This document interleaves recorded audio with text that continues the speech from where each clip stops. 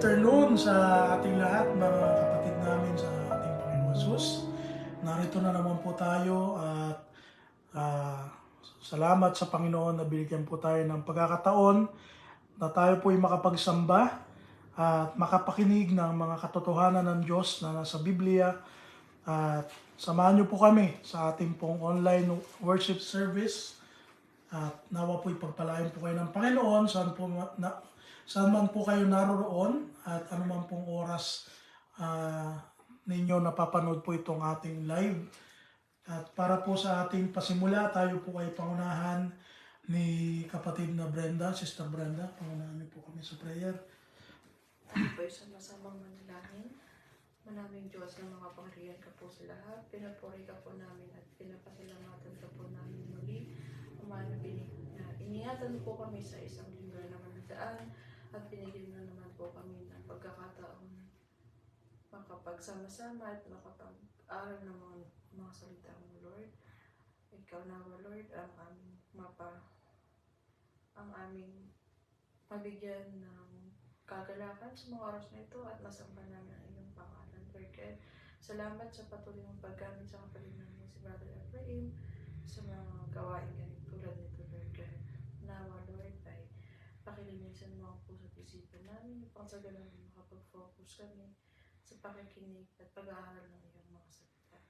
Di man po kami sama-sama physically na makapagsamba sa iyo sa oras na ito. Nawa, Lord God, ay bigyan mo din po sila, mga kapatiran namin ng oras at na makapagkaroon ng oras na makapakinig, Lord God, at magkaroon ng chance na may sa buhay din po nila at namin ang mga salitang nais mo ipakitingin sa amin. Ang mga pakikabayan mo po kami at ikaw nawa ang manguna sa gawain namin ito. Ang lamin ito'y aming sa aming kalangin. In Jesus' name we pray. Amen. Amen. Salamat po, Sister Brenda, sa ating prayer. Tayo po ay dumako sa ating mga awitan. Awitan natin ang Panginoon, ang mga papuri sa Kanya. Ang unang awit po natin, awitin natin yung Lumakad sa Liwanag.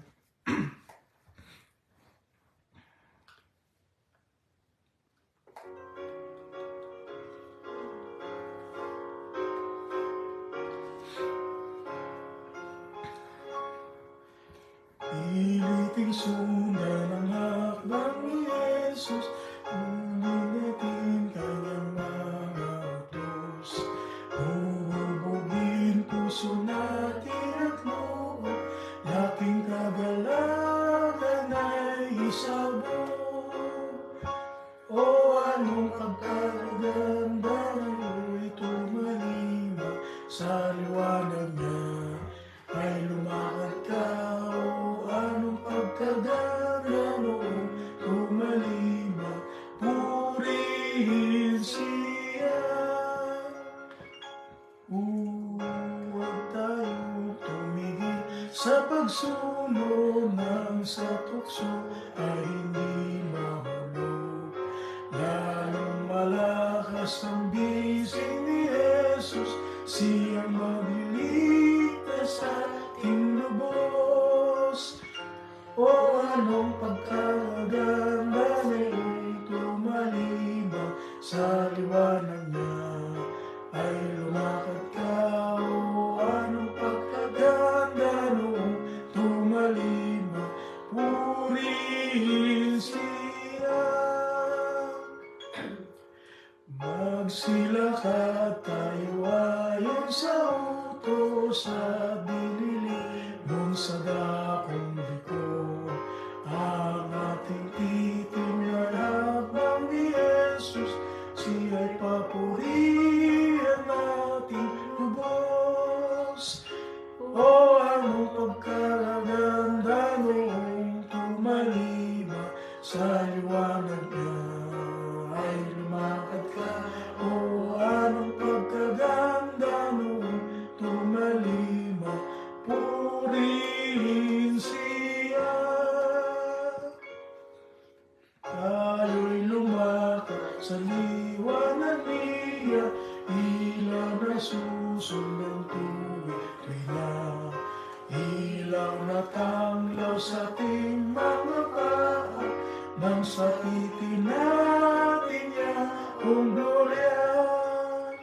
O anong pagkaganda noong tumalima sa liwanag na ay lumakad ka. O anong pagkaganda noong tumalima, purihin siya.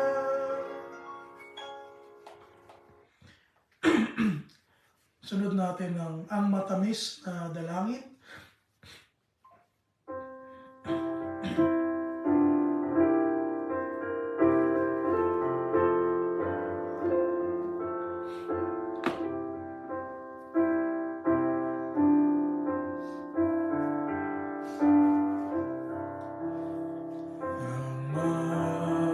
Matamis na dalangin, yaong nagsiya gagawin ng upang ikaw ay digin ng Ama nating maawain. Huwag ka namang patutukso sa mga daya ng lilo. Kaluluwa'y ialay mo sa kanlungan ni Hesus Kristo. Ang panalangin dalisay sa langit pinakikinggan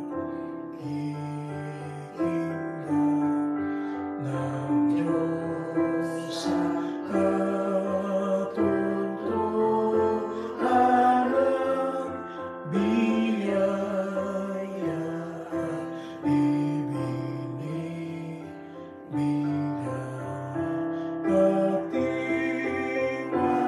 Katiwasayang tahimik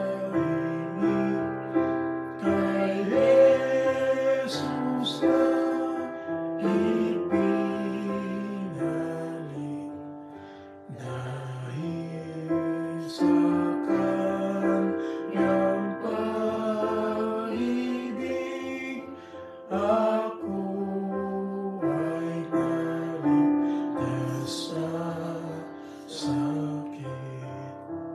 O Ama ko, at paghirog dinggin mo yaring lumuluhod.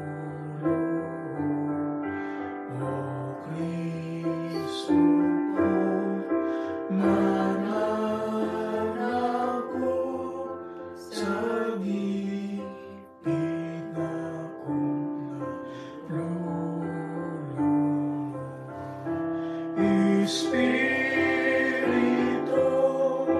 mapanghalin at mamakaaway dinggin nitong lukha mong alipin sa trono mo. Ako ay dalhin.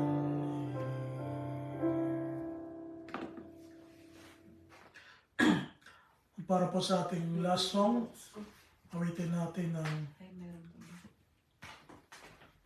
itinaas ako ng pag-ibig.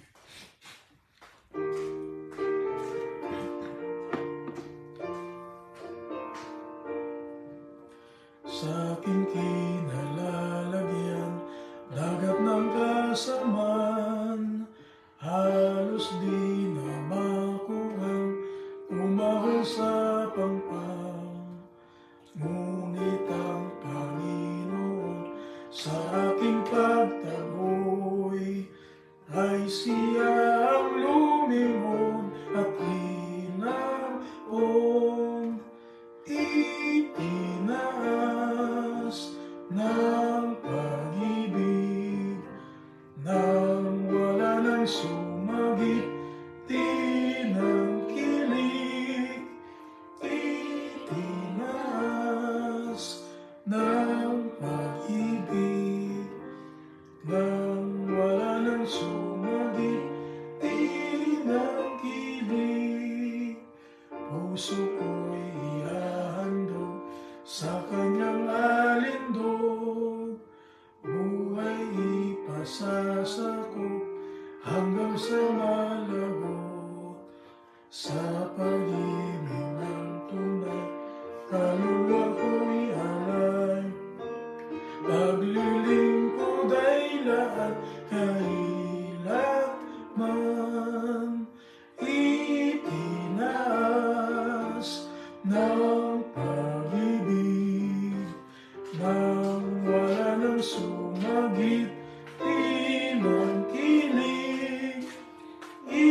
itinaas ng pag-ibig, nang wala nang sumagit, tinangkilik. Sa kaluluwa panganib kay Jesus isandin, upang kayo'y masagip sa along mabangis. Siya ang Panginoon na dapat masunod. Ito ang kanyang layo, ligtas ngayon, itinaas ng pag-ibig, nang wala nang sumagit, tinangkilik,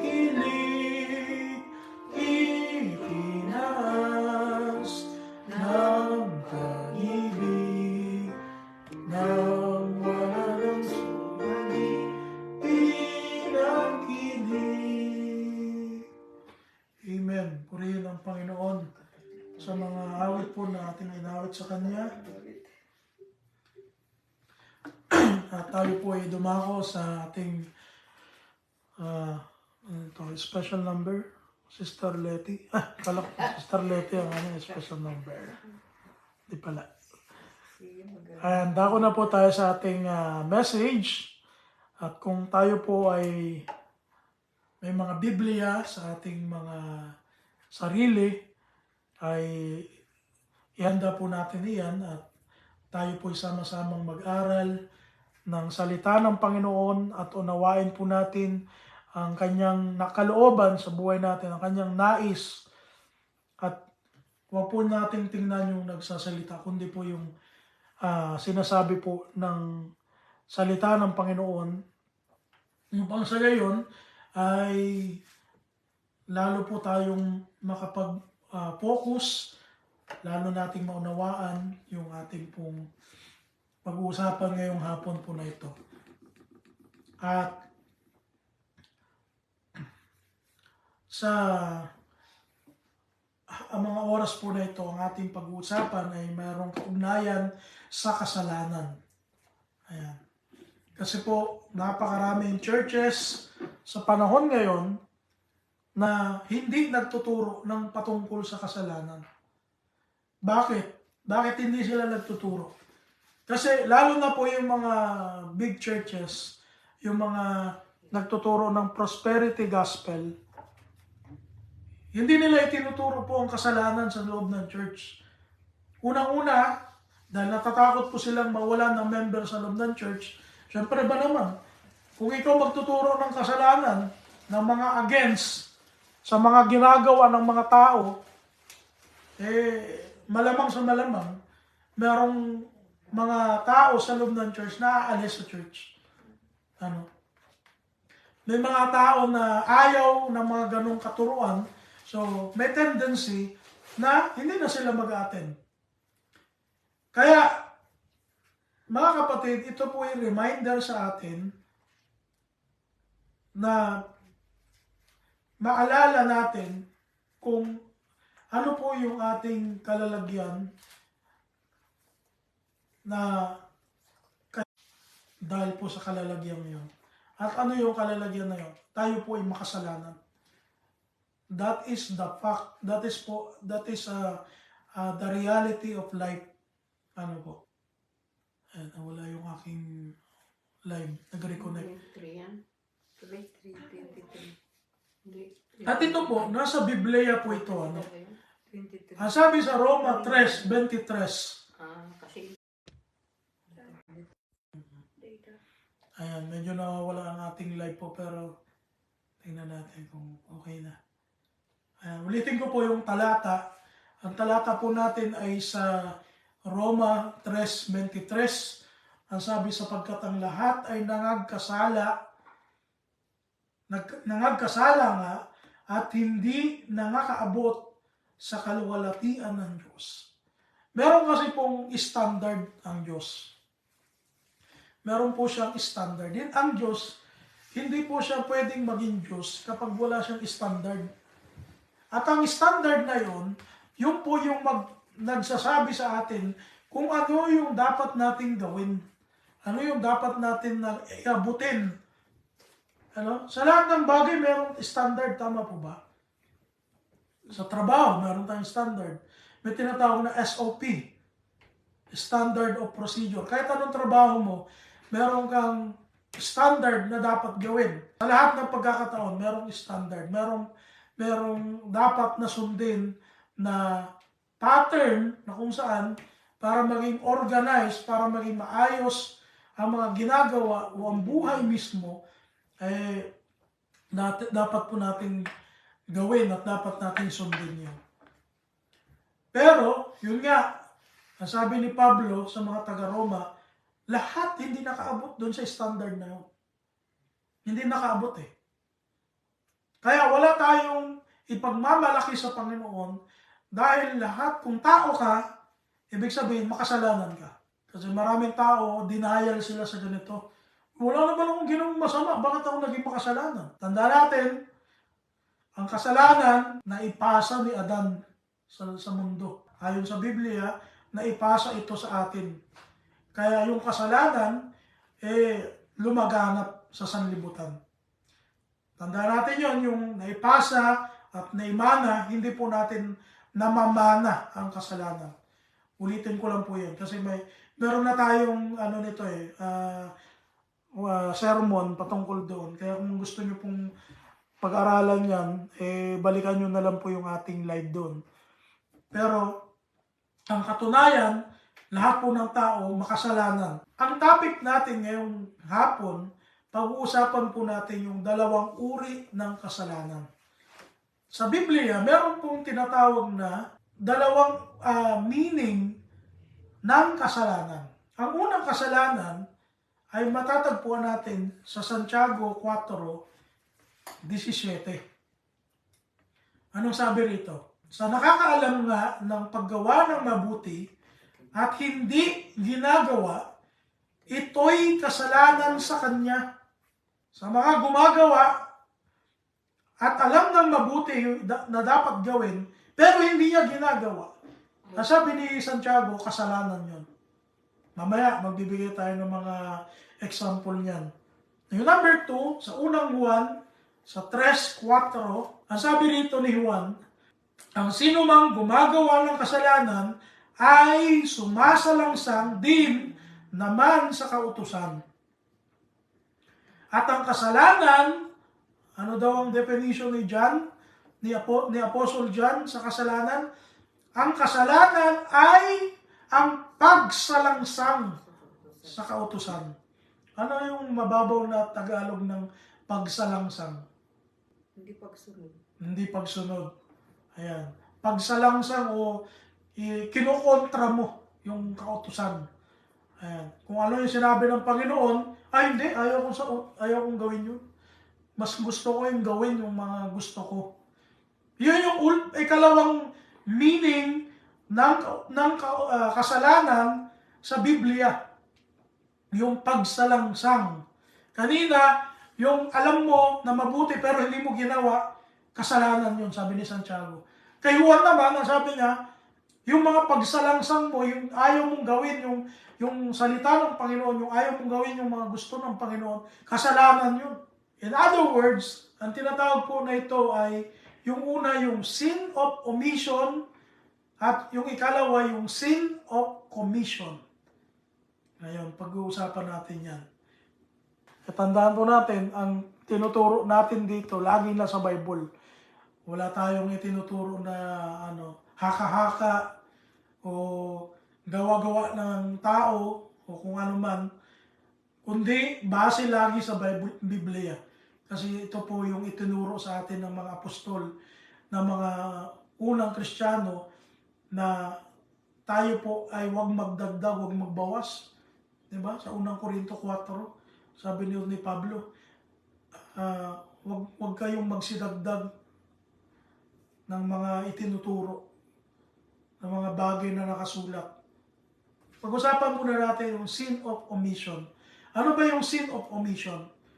Ang sabi rito, disobedience by not doing what is right or failing to do as instructed. Sa Tagalog, ito po yung hindi pagsunod sa Diyos sa pamamagitan ng mga bagay na alam mong dapat mong gawin at alam mong tama na dapat mong gawin, pero hindi mo ginagawa. Ito yung failure to do as instructed. Merong itinuro sa iyo ang Diyos, alam mo na tama iyon, pero hindi mo sinunod. Merong itinuro sa iyo ang Panginoon na nabasa mo sa Biblia na dapat sundin ng mga Kristiyano, pero hindi mo ginagawa. Ang tawag po roon, sin of omission. Sa Biblia, meron pong 4 akong binigay dito na example na matuturing natin na sins of omission. Unang-una, number 1, si Judas. Sa Mark chapter 14, verse 10, Si Judas Iscariote na kabilang sa 12 ay pumunta sa mga punong pari upang ipagkanulo si Jesus. So, maliwanag na si Judas Iscariote ang siyang nag-betray o nagkanulo kay Christ. Alam niya bang mali yun? Alam niya. Pero ginawa niya pa rin. Hindi tama na gawin yun. Alam niya na dapat ang gawin niya ay huwag niyang ikanulo si Christ. Pero ipinagkanulo niya. So isang example ng sins of omission sa Biblia. Pangalawa, si Jonah, si Jonas, si Propeta Jonah. Yung pag-escape niya sa Panginoon, sinabi sa kanya ng Panginoon, kung naalala niyo yung kwento na ito sa chapter 1 ng Jonah, inutusan siya ng Panginoon na pumunta siya sa Ninive para sabihan ng mga tao doon na magsisi dahil sa kasalanan nila. Pero anong ginawa ni Jonah? Imbis na pumunta siya doon, nag-iba siya ng ruta. Iba yung barko na sinakyan niya. Kaso sa kalagitnaan ng biyahe niya, pinadala ng Panginoon yung dagat ng unos. Lalaki ng alon, halos mamatay na sila. Hanggang sa nilamon siya ng malaking isda. At pagkatapos ng 3 araw, pagluwa sa kanya ng isda, nandun na siya sa Ninive. Ano yung kasalanan ni Jonah doon? Na alam niya na dapat siya pumunta sa Ninive, pero hindi niya ginawa. Sin of omission. Disobedience by not doing the right thing. Sino pa? Yung mag-asawa sa chapter 5 ng Acts, di ba? Si Ananias and si Sapphira. Na itong dalawang ito, nagkasundo sila, lukohin sila Pedro. Kasi yung lupa na pinagbentahan nila, hindi nila binigay ng buo yung pera na pinagbentahan. So alam nila na mali yun. Alam nila na bawal magsinungaling. Pero nagsinungaling sila. Kaya pinatay sila ng Panginoon. Sino pa? Si King Saul, di ba? Si Haring Saul, ang pinakaunang naging hari ng Israel. Sa 1 Samuel chapter 31, kung babasahin natin itong chapter na ito, makikita natin na itong si Samuel, itong si Saul, nang matalo sila sa digmaan, Inutusan niya yung tagadala niya ng espada. Ang sabi niya, patayin mo ako. Saksakin mo ako ng espada ko. Eh, sa takot nung alipin niya, kinuha niya yung espada niya, sinaksak niya yung sarili niya. Alam niya bang bawal mag-suicide? Alam niya, pero nag-suicide pa rin siya. Dahil sa pride niya. Dahil sa pride niya. Kasi, kahihiyan niya yun eh. Natalo sila sa digmaan. Kaya, para hindi na niya makita yung, hindi na siya mabuhay sa kahihiyan, inunahan niya na yung Panginoon sa buhay niya. Kinitil niya yung sarili niya. Ayan yung mga example po, mga kapatid, ng sins of omission sa Biblia.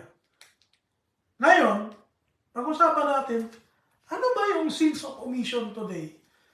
Ngayon naman, sa paligid natin yan, sa mga nangyayari sa paligid natin sa church, paano natin makikita o paano natin masasabi na itong kasalanan nito, sins of omission nito? Number 1, denying Christ by not speaking the truth. Kapag tayo hindi nagsasabi ng totoo, kahit alam natin yung totoo, hindi natin sinasabi, sin of omission yun. Ibig sabihin, pinapawalang bahala mo yung katotohanan ng Diyos, kahit alam mo na dapat mong i-share yun sa iba. You refuse to tell the truth. Alam niyo, sa korte, bawal yun. Lalo na pag nakapanumpa ka. Kaya ka nanunumpa para magsabi ka ng totoo. Kasi pag di ka nagsabi ng totoo, pwede kang hatulan ng judge.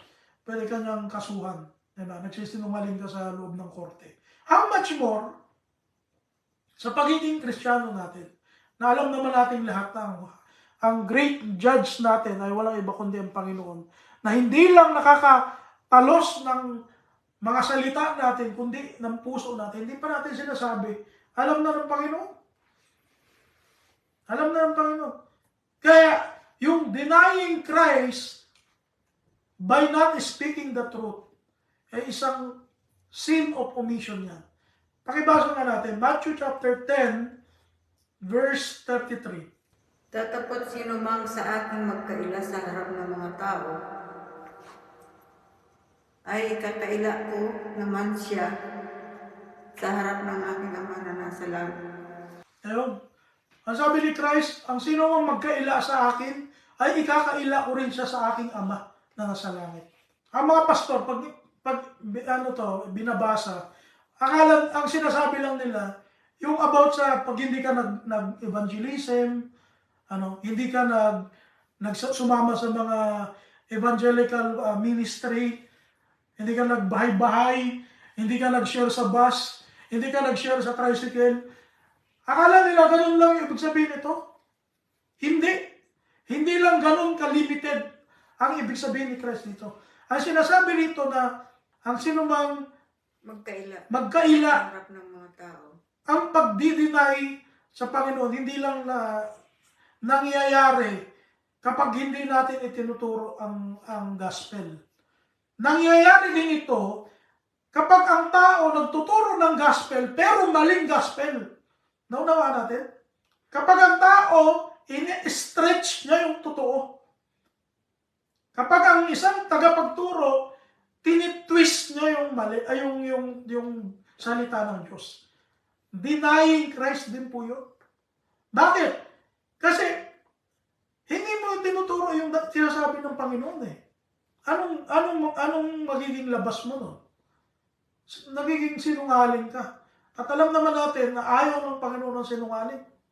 Ayaw ng Diyos ng sinungaling. Kaya dito, sa atin, lagi nating minimake sure sa tulong ng Panginoon at sa tulong ng Banal na Espiritu na ang lahat ng tinuturo natin dito, pawang totoo, pawang nasa Biblia. Hindi tayo dito gumagawa-gawa ng mga invento na turo. Laging nasa Bible.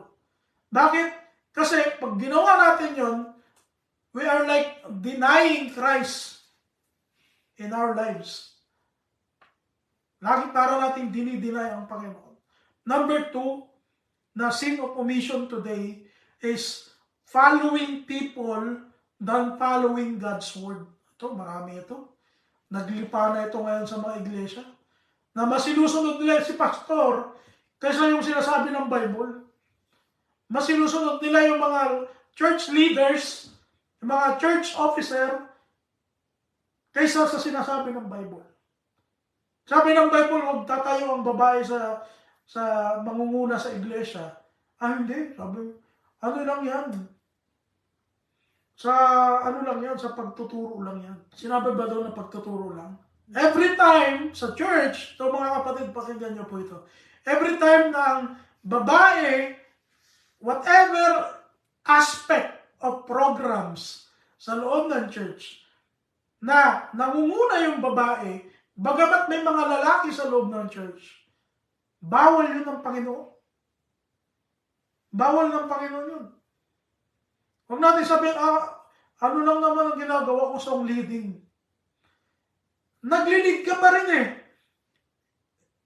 Inuunahan mo pa rin yung mga lalaki, nag-over ka pa rin sa mga lalaki. Hindi pinag-uusapan doon yung pangangaral lang.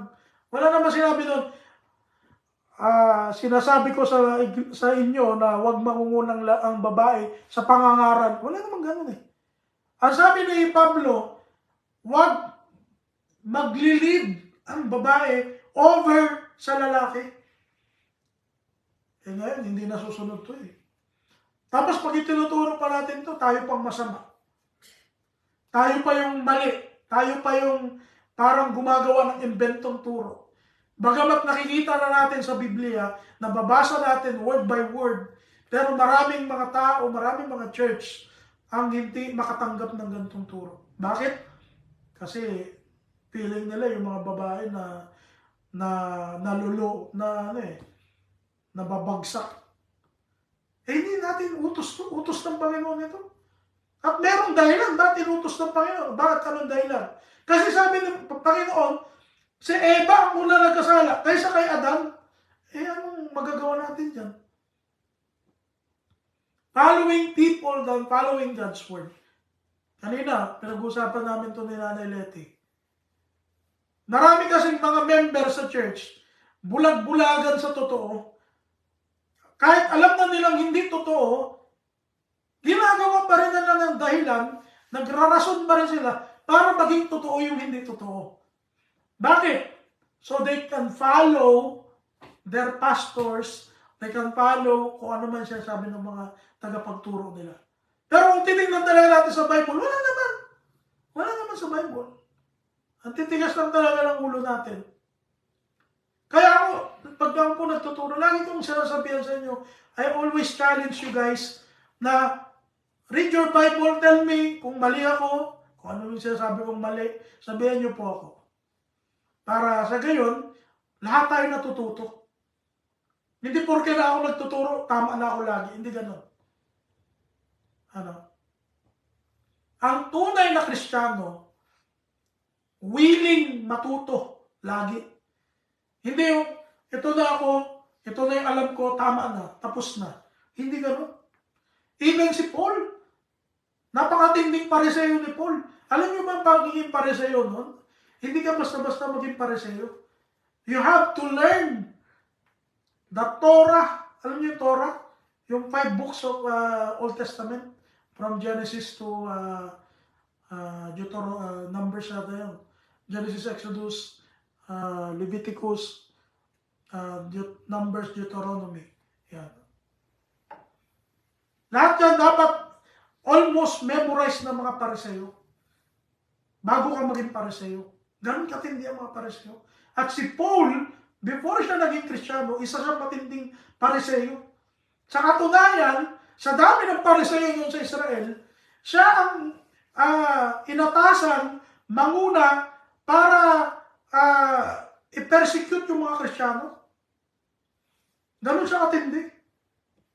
Pero nung nagpakita sa kanya si Christ, doon sa daan papuntang Damascus, nagbago ang lahat. Nakilala niya si Christ at naging Kristiyano siya. Sinabi ba ni Paul, alam ko, ano lang, yung Torah lang ang alam ko. Yun lang ang susundin ko yung mga utos ni Moises. Kahit nakita niya na si Christ, yun ba naging reaction? Hindi. Nagpabago siya. Ganun din dapat tayo.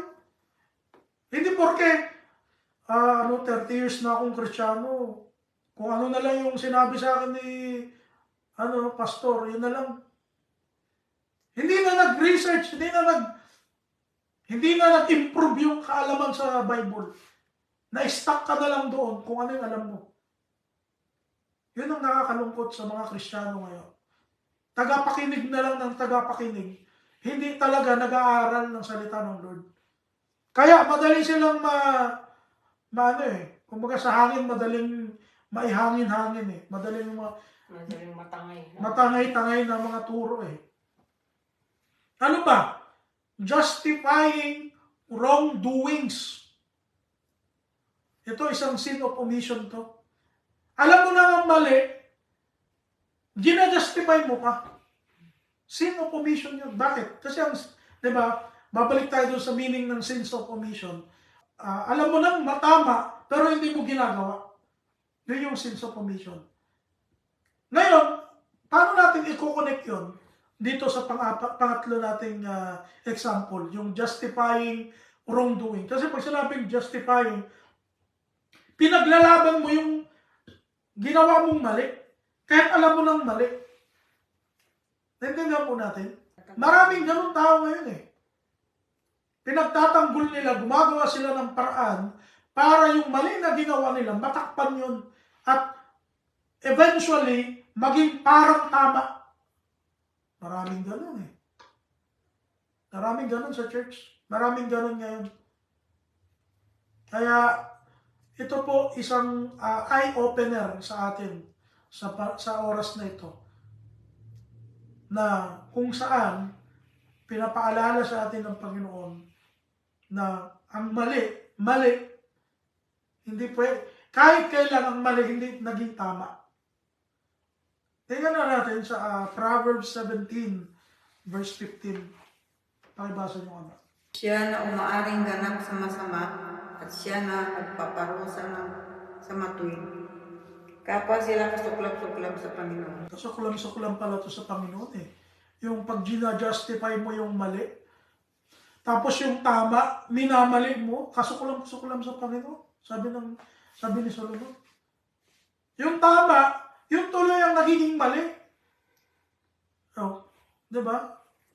No wonder dito nagtuturo tayo ng tama eh, pero tayo ang feeling nila tayo pang mali.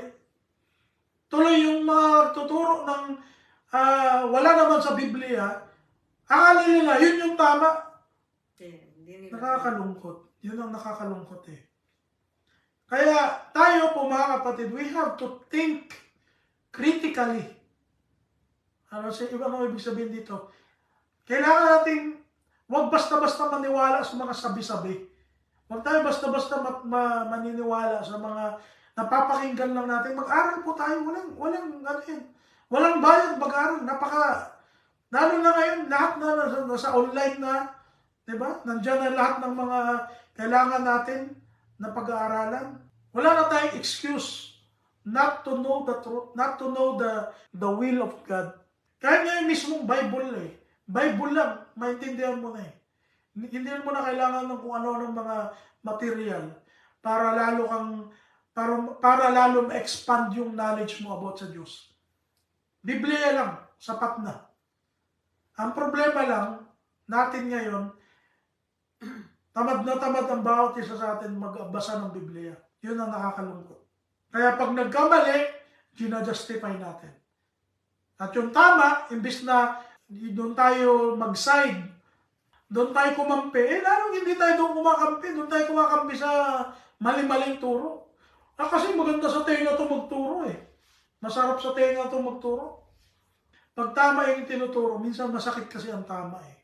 Kaya ayaw nilang pakinggan yan. At ipang-apat, yung pleasing people than pleasing God. Meron din itong kaugnayan doon sa sinabi natin kanina. Ano ba yung pleasing? Yung gusto nilang matuwa sa kanila yung tao kaysa matuwa sa kanila ang Diyos. Napag-aralan na natin to 2 weeks ago. Yung mga nagsisik ng atensyon ng tao kaysa sa Diyos. Mali po yun. Sin of omission yun. Alam nating mali na unahin natin ang tao kaysa sa Diyos, pero marami pa rin gumagawa nito. Sin of omission. Naintindihan na po natin kung ano ang sin of omission. Ayan. Ngayon, ang sabi rito, sin of omission almost always leads to sin of commission. Walang pagkakaiba to.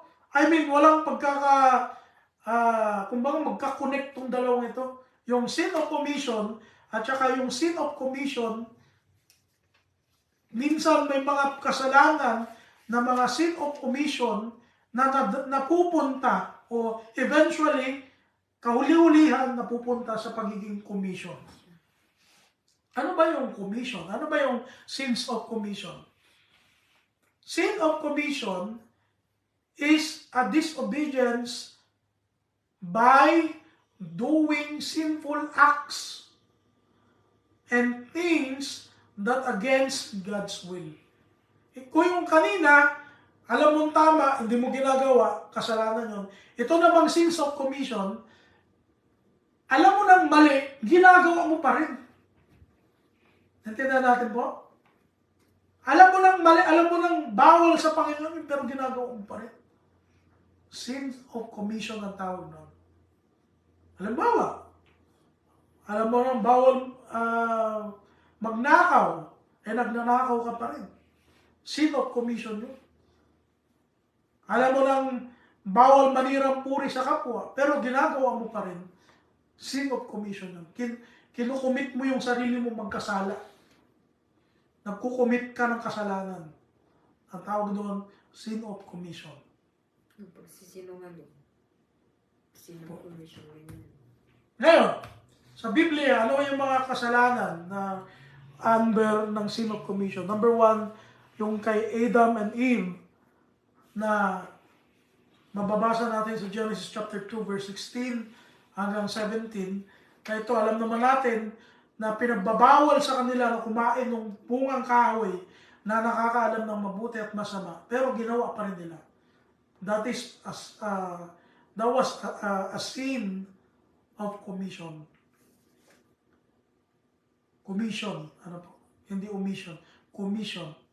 Ano pa? Pangalawa, yung kay Cain, nung kanyang pinatay si Abel, alam niya naman na bawal pumatay, bawal kumitil. Pero pinatay niya yung kapatid niya, ay matuturing po natin yon na sin of commission. Genesis chapter 4 verse 8. Pangatlo, yung kay Haring David, yung pag-commit niya ng adultery at yung pagpatay niya kay Uriah. Yun yung legal na asawa ni Bathsheba. Masasabi natin na itong kasalanan ni David ay sin of commission. Alam ni David na bawal pumatay, bawal mag-murder, bawal mag-adultery, pero ginawa niya. Sin of commission. At ika-4, Aaron and the golden calf. Sa Exodus chapter 32 verse 1 to 4, nung gumawa si Aaron ng guyang ginto na sinamba ng Israel habang nasa bundok ng Horeb si Moises. Alam ba ni Aaron na bawal sa Panginoon yun? Alam. Pero ginawa niya pa rin. Kasi natakot siya sa Israel kaysa matakot siya sa Diyos. Natakot siya sa mga tao na kung ano yung gagawin sa kanya ng tao kaysa matakot siya sa Diyos. Sin of commission. Ngayon, ano naman yung mga sin of commission today? Number 1, yung tinatawag nating desires of the flesh. Desires of the flesh. Pakibasa nga natin to sa Galatia 5, talatang 19 hanggang 21. At hayag ang mga gawa ng laman sa makatuwid ay ang mga ito: pakikiapid, karunihan, kalibugan, pagsamba sa Diyos-Diyosan, pangkukulam, mga pagtataniman,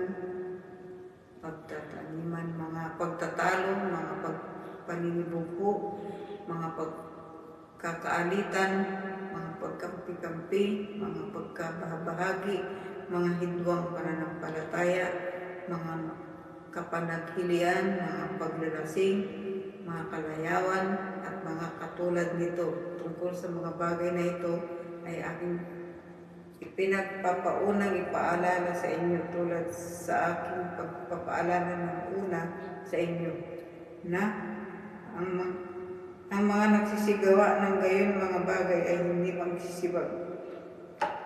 magsisipagmana ng kaharian ng Diyos. Nakita po natin to, dinitalya ni Pablo, yung mga kasalanang gawa ng laman. Exempted ba tayo dito, mga Kristiyano? Hindi. Pag ang isang Kristiyano, gumagawa pa rin ng mga ganitong kasalanan hanggang ngayon, ang sabi ni Paul, ang mga ito hindi magmamana ng kaharian ng Diyos. You are willingly committing sin against God. You are transgressing the law of God. Yun yung sin of commission. Alam mo nang mali, alam mo nang bawal ng Panginoon yun, ginagawa mo pa rin. Sin of commission po yun. Pag lagi natin, mas lalo natin sinusunod yung desire ng laman, na kung saan yung binasa ni Mama kanina sa Galatia, kung nakikita natin yung sarili natin na meron tayo doon na ginagawa ng mga kasalanan doon, nakukumit natin yung sin of commission. Number 2, sin that leads to death. Unang Juan, Kapitulo 5, talatang 16 hanggang 17. Kung makita ni man na ang kanyang kapatid ay gumagawa ng kasalanan hindi hahantong sa kamatayan, ipanalangin niya ang kapatid na iyon sa Diyos na magbibigay ng bagong buhay. Ito'y para sa mga kapatid na ang kasalanan ay hindi humahantong sa kamatayan. May kasalanan na hantong sa kamatayan at hindi ko sinasabing idalangin ninyo ang sino mang gumagawa nito. Ang lahat ng gawain di matwid ay kasalanan, ngunit may kasalanan hindi hahantong sa kamatayan. Ang lahat ng kasalanan, ano po sabi dyan sa verse 17? Ang lahat ng gawang di matuwid ay kasalanan. At may kasalanan di hahantong sa kamatayan. Tingnan nyo. Pero may kasalanan hahantong sa kamatayan. At ito yung sinasabi natin dito. Yung sin of commission. Yung mga kasalanang humahantong sa kasalanan o sa kamatayan. Kasi may mga kasalanan, hindi mo naman sinadya eh. Diba? Nadala ka lang ng emosyon, nadala ka lang ng pagiging reckless. Pero, pag ang kasalanan mo, talagang alam mo ng kasalanan, ginagawa mo pa rin. Alam mo na nga mali, ginagawa mo pa rin. At nagpapatuloy ito. Ito yung mga kasalanan nakamamatay. Ang sabi ni Pablo o ni Juan, ito yung mga kasalanan, huwag niyong idalangin, huwag niyong ipag-pray. Kasi may mga tao, kahit alam na nilang mali, pero pakisama mo nga sa prayer ako. Magnanakaw kasi ako mamayang madaling araw sa kapitbahay namin. Pakisama naman ako sa prayer. Tama ba yun? Nagpe-pray muna bago mag-commit ng sin. Mali yun. Mali yun. Ano, niloloko mo yung Panginoon? Sin that leads to death. Tandaan po natin yan. Yung talata na yan. Now, ang sabi ng kasulatan, huwag natin ipanalangin yung mga taong gano'n. Problema sa iglesia ng Panginoon, maraming gano'n eh. Meron mo, nang babae na si pastor, ipag-pray daw si pastor. Tama ba yun? Mali! Nagiging ano ba tayo dito? Mapanghatol? Hindi. Sinasabi lang natin kung ano nasa Bible. Nasa Bible. Si Juan na nagsabi nun eh. Pinasabi sa kanya ng Panginoon niya. Ano magagawa natin? Tayo, nagbabasa lang naman tayo. Tutuparin lang natin yun. Ang sabi niya, ang kasalanang humahantong sa kasalanan o sa kamatayan, huwag niyong ipanalangin yun. Tapos si pastor na nang bababae sa church, ninakaw pa yung kaban ng church. Sabi ng mga kapastoran naman na iba, ay ipanalangin natin sa pastor. Naliligaw siya. Naliligaw pa ba yun? He committed a sin of commission. Hindi yan naliligaw. Gusto niya talaga magkasala. Alam niya na kasalanan yun. Alam niya na mali yun. Pero ginawa niya pa rin. It is a sin of commission. At ayaw ng Panginoon yun ay panalangin natin. Anong gusto ng Panginoon to? Dapat nga yung mga ganun, and excommunicate sa church eh. Ano ba sa Tagalog yun? Tinitiwalag. Sa Bible may utos ng tiwalag pero walang gumagawa. Bakit? Tatakot eh. Ewan ko kung bakit natatakot. Mas natatakot sila sa tao kaysa sa Diyos na nag-utos ng tiwalag. Yun ang problema eh. Yung tithes and offering tuloy na hindi tinuturo sa Christian dispensation, yung tuloy ang itinuturo. Yung pagtitiwalag na itinuturo sa Christian dispensation, hindi yun ang itinuturo. Tapos sasabihin, bakit naman Brother Ips magtitiwalag? Eh, yun ang sinasabi ng Bible eh. Bagang tao, gumagawa ng kasalanan sa church at nang dadamay ng kasalanan sa loob ng church, tinitiwalag yun. Sabi ng Biblia. Pagkatapos na sabihan ng isa, ng dalawa, tatlong saksi, at hindi pa rin nakinig. Anong sabi ng Bible? Itiwalag yan. Pero meron na bang nagtiwalag sa atin? Wala. Ako, naniniwala ko, meron naman talaga may mga church sa atin, mga Church of Christ na nagtitiwalag. Pero, ang sinasabi ko rito, mas marami ang hindi nagtitiwalag. Bakit? Kasi, pinapabayaan na lang nila yung sayang naman yung offering ni sister. Si sister pa naman ang pinakamalaking magbigay. Eh kung ititiwalag ko to, kahit may karelasyon na hindi niya naman asawa, sayang yung offering na matatanggap namin sa kanya. Yun yung nangyayari sa church.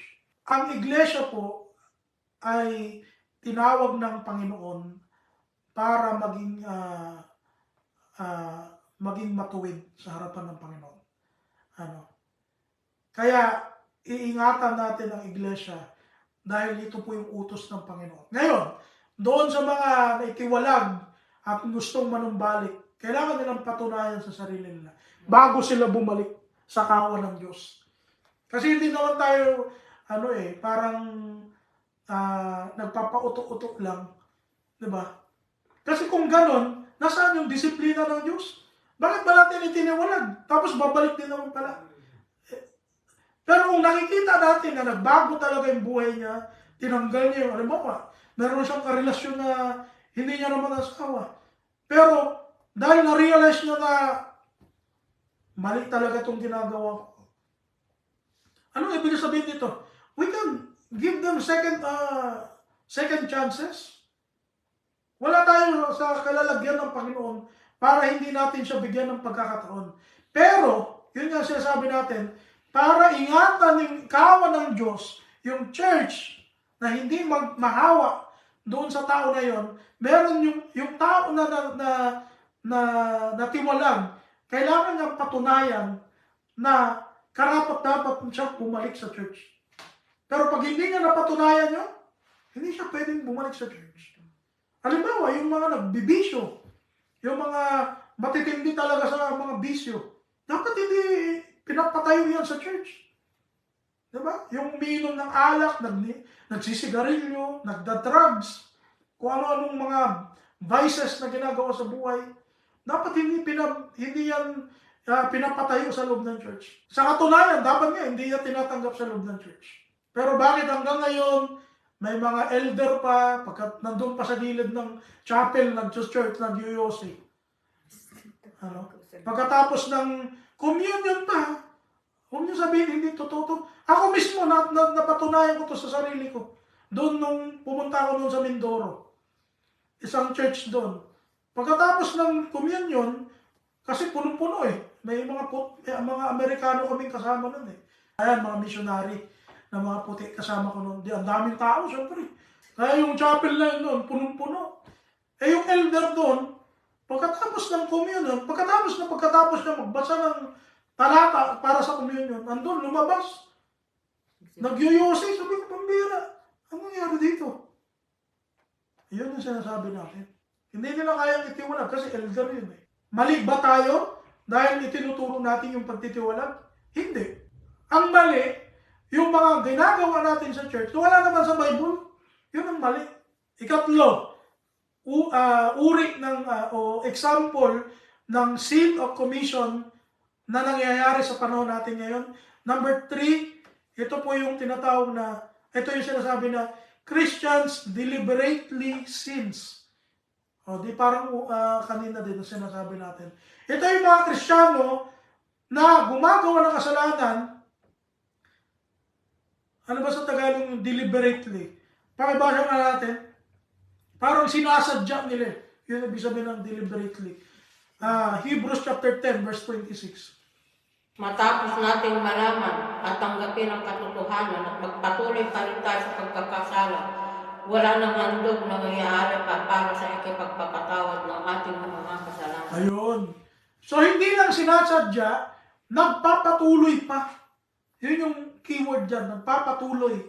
Kasi Kristiyano ka na, nabautismohan ka na, dapat sana tumalikod ka na sa dati mong buhay. Pero ito mga Kristiyanong katulad nito, ay nagpapatuloy sa kasalanan nila kahit nabautismo na sila. Yan yung mga sin of commission. They are acting sin, they are committing sin against God's law. Ito po yung mga nangyayari ngayon ng mga kasalanan sa ating paligid sa panahon natin ngayon. Tingnan natin, ano ba yung nagagawa natin sa buhay natin? Ako ba'y nakakagawa ng sin of omission o ako ba'y nakakagawa ng sin of commission? Pag ako ba nakakapaggawa ng kasalanan, naihingi ko ba sa Panginoon ng tawad? O hindi na ako humihingi ng tawad? Kasi lagi ko namang ginagawa. Tanungin po natin yung mga sarili natin. Itong ating mensahe ngayon na galing sa Panginoon, it's not about information, but transformation sa buhay natin. It's not about information. Hindi porke nalaman lang natin yung dalawang uri ng kasalanan, tapos na. Hindi ganun. Ito po ay nagpapakita sa atin na dapat umiwas tayo dito. Nakakala natin, wala lang yung ginawa nating mali. Wala lang yung ginawa natin, pero kasalanan pala yun sa Panginoon. Tanda natin, anumang level, anumang timbang ng kasalanan natin sa Diyos, kasalanan pa rin yun sa Diyos. Kaya nga doon sa binasa kanina lahat ng bagay na hindi matuwid ay kasalanan, ang sabi ni Juan. Yun nga lang, may mga kasalanan hindi nakakamatay. At kung yun yung nagawa natin ng mga kasalanan na hindi naman nakamamatay, hingin natin ang tawad sa Panginoon. Sa katunayan, ang sabi sa unang Juan 3:10, dito nahayag ang mga anak ng Diyos at ang mga anak ng Diablo. Ang sino mang hindi gumagawa ng katuwiran ay hindi sa Diyos, ni ang hindi umiibig sa kanyang kapatid. Dalawa yung dyan, yung karakteristik ng kasalanan. Una, yung hindi gumagawa sa katuwiran ng Diyos. Ikalawa, hindi umiibig sa kanyang kapatid. Pag ito hindi natin ginawa sa buhay natin, wala tayong pag-asa sa kaligtasan. Kapag tayo hindi gumagawa ng katwiran, hindi natin minamahal ang kapatid natin, wala tayong pag-asa sa kaligtasan ng Panginoon. Kaya, kung ano man po yung kasalanan natin, lalo na yung mga kasalanang hindi nakamamatay, napapatawad ng Diyos, ang sabi ng Panginoon sa 9 ng Juan, unang Juan 1:9, kung ipinahayag natin ang ating mga kasalanan, ay tapat at banal siya na tayo'y patatawarin sa ating mga kasalanan. May pagpapatawad naman pala. Kasi hindi naman porke naging Kristiyano na tayo, hindi na tayo nagkakasala. Nagkakasala pa rin tayo. Kaya ang sabi ni Juan, ipahayag natin ang ating mga kasalanan. Sapagkat doon, Sa Diyos na ipapayagan natin ng kasalanan, siya ay tapat at banal, sabi niya. At tayo'y patatawarin sa ating mga kasalanan at tayo'y lilinisin sa lahat ng ating kalikuan. Kasi tayo po, hindi natin kayang linisin ang ating sarili. Ang maglilinis lang sa atin, ang may kakayanan lang magpatawad sa ating mga kasalanan ay ang Diyos, si Kristo. Yung kanyang dugo ang naglinis po sa atin. Either omission or commission sin, they are still sins. And only God can remove our sins. Ang Panginoon lang ang tanging paraan o siya lang po ang makakapagpalinis sa atin. Siya lang ang makakapagtanggal sa atin ng kasalanan. At napatunayan yon nung dumanak ang dugo ng ating Panginoong Jesucristo at nung siya ay namatay sa krus. At yung dugo na yon, ang sabi sa Hebreo, hindi lang yun nagtakip sa kasalanan natin, kundi naghugas ng ating mga kasalanan. Naghugas. Imagine mo yun. Nung panahon ni Moises, yung mga dugo ng hayop, pantakip lang yun sa kasalanan. Nandun pa rin yung kasalanan. Tinatakpan lang. Ganun lang yung epekto nun. Pero nung dumating si Christ, yung dugo ni Christ, hindi lang tinakpan, tinanggal pa. Kaya mga kapatid, walang dahilan para tayo hindi humarap sa Panginoon.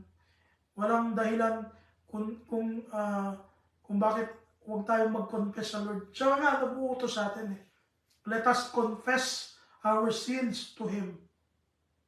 Ano ba yung ginagawa nating kasalanan? Huwag nating hayaan na dumating pa ito sa matinding o malubha na kasalanan. Kasi yung iba, inaantay pa na lumubha Inaantay pa na tumindi. Tama. Habang madali pang bunutin mo na. Kaysa yung naging puno na dyan, wala na. Hindi mo na maputol. Nabugat na ng malalim. Tama yun. Ganun din ang kasalanan Habang tayo nagkakasala, nagkakamali tayo sa Panginoon araw-araw. Pero yung mga kasalanan na yun, napapatawad yun ng Panginoon. At tayo, ang benepisyo sa atin nun, napapaalalahanan tayo Na tayo, bagamat makasalanan, meron atin magpapatawad. Mga kapatid, sa hapon po na ito po yung paalala sa atin na ano man yung ginagawa natin sa buhay, kung tayo man po nagkakamali, tayo man po ay nagkakasala, hingin natin ng tawad sa Panginoon. Humingi tayo ng tawad sa Lord. At siguraduhin natin na pag humingi tayo ng tawad sa Panginoon, sampalatayanan natin yun. Paniwalaan natin na papatawarin tayo ng Diyos. At pag pinatawad tayo ng Diyos, huwag na natin gawin. Huwag na natin ulitin. Humingi tayo ng guide sa Lord na huwag na nating magawa yun. Sa gayon, doon tayo matuturuan ng Panginoon ng mga landas niya. Mga kapatid, dito po nagtatapos ang ating mensahe ng Panginoon. Nawa, marami tayong naunawaan, marami tayong natutunan sa oras na ito. Na-remind tayo kung ano po yung nais ng Panginoon sa atin at kung ano yung nasa Biblia na mababasa po natin patungkol po sa kasalanan. Hindi po tayo takot na ituro ang kasalanan dahil ito naman talaga yung katotohanan ng tao. Tayo, habang nandito sa lamang ito, habang nandito sa katawang ito, ay makakagawa tayo ng kasalanan. Pero, ang mahalaga, meron pong Diyos na nagpapatawad sa atin kung tunay po tayong humingi ng tawad sa Kanya. Huwag nating hayaan na tayo po, sarili natin, na mahulog tayo sa tukso ni Satanas. To the point na hindi na tayo makabalik sa Panginoon. Huwag nating hayaan yun. Kundi tayo po, lagi tayong lumapit sa Panginoon.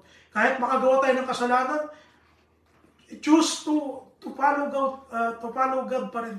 Choose to be close to God pa rin. Huwag yung nakagawa ko ng kasalanan, ayaw ko na sa Panginoon. Huwag ganun. Mas lalo tayo lumapit sa Lord. Yun ang gusto ng Lord eh. Kahit nakakagawa tayo ng kasalanan, lumalapit pa rin tayo sa Kanya. You always choose Him. Yun yung gusto ng Lord. Pero kung mas papairalin natin yung guiltiness natin, yan yung magtutulak sa atin palayo sa Panginoon. Ayaw ng Panginoon yun. Alam niya yung kahinaan natin eh. Alam niya yung mga weaknesses natin. Siya pa ba? Nakakaalam ng lahat ng bagay. Kaya, ang gusto lang ng Panginoon, yung pusong mapagpakumbaba, yung pusong handa na lumapit sa Kanya, kahit alam mong mali ka sa sarili mo. Yun yung gusto ng Lord. Either you commit omission or commission, ang Panginoon, napakalaki ng pagpapatawad niya, napakalawak ng pagpapatawad ng Panginoon sa atin. Gusto lang niya lumapit ka sa Kanya.